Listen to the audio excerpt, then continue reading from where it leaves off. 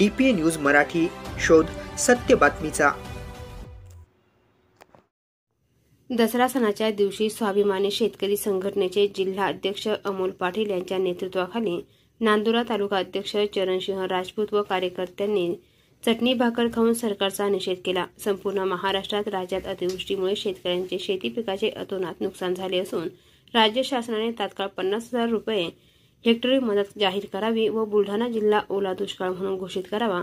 जिल्ह्यातील प्रत्येक तालुका हा अतिवृष्टीमुळे बाधित झालेला आहे, तरी यामध्ये जिल्ह्यामधील कोणताही तालुका धरसोड करू नये, कारण हातातोंडाशी आलेला घास निसर्गाच्या लहरीपणामुळे हिसकावून घेतलेला आहे। तरी शेतकऱ्यांना दिवाळीपूर्वी मदत शेतकऱ्यांच्या बँक खात्यात जमा करा, अन्यथा आता गांधीजींच्या मार्गाने आलोय, पुढच्या वेळेस भगतसिंहाच्या मार्गाने येऊ।